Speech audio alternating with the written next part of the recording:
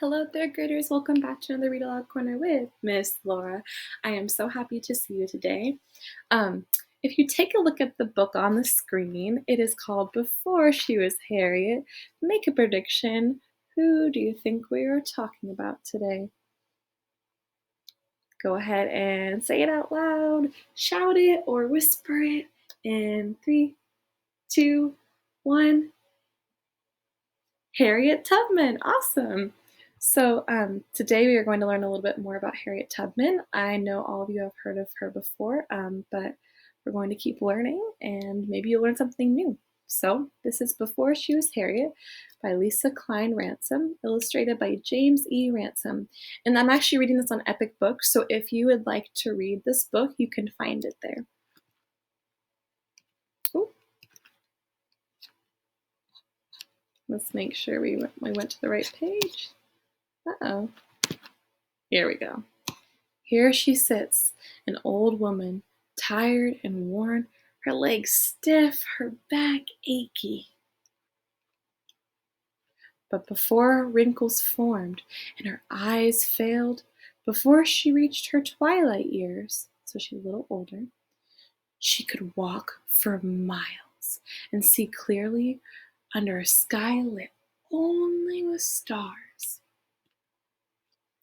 Before she was an old woman, she was a suffragist, a voice for a woman who had none in marriages, in courts, in voting booths. Before her voice became soft and raspy, it was loud and angry, rising above injustice. And remember, a suffragist is someone who is fighting for the right to vote. Before she was a suffragist, so fighting for the right for women to vote, she was General Tubman, rising out of the fog, armed with courage, strong in the face of rebels and planters and overseers as they watched fields burn and bridges fall and 700 slaves stop chopping and start running to a woman who ferried them to freedom on the Combahee River, turned River Jordan. Let's see if I'm saying this right. Oops. Combahee. We'll see if I said that right later. Before she was General Tubman, she was a Union spy, carrying secrets across battlefields to soldiers fighting in the Civil War for President Lincoln to end slavery. So think, do you think Harriet Tubman felt a little scared doing all of this? I think she could have felt a little scared, maybe nervous. She's really brave. Before she was a Union spy, she was a nurse, caring for those who were hit with bullets and hatred and fear, tending to them with bandages and words in the bloody dirt of Southern soil. Before she was a nurse, she was Aunt Harriet, daughter of Ben and Rit, who helped her parents flee their master and find their way through the woods and streams to the safety of Canada and a new home in the north.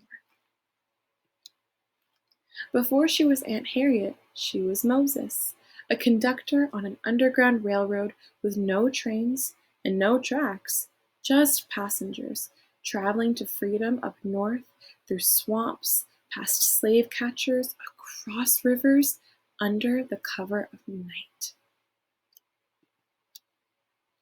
Seeking the promised land for her people, led by dreams and God and faith, a wisp of a woman with the courage of a lion.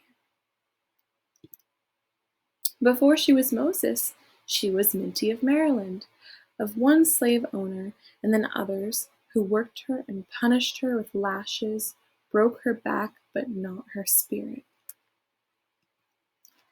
Before she was Minty, she was Araminta, a young girl taught by her father to read the woods and the stars at night, readying for the day. She'd leave behind slavery along with her name and pick a new one, Harriet. So you may have not known that her original name actually wasn't Harriet.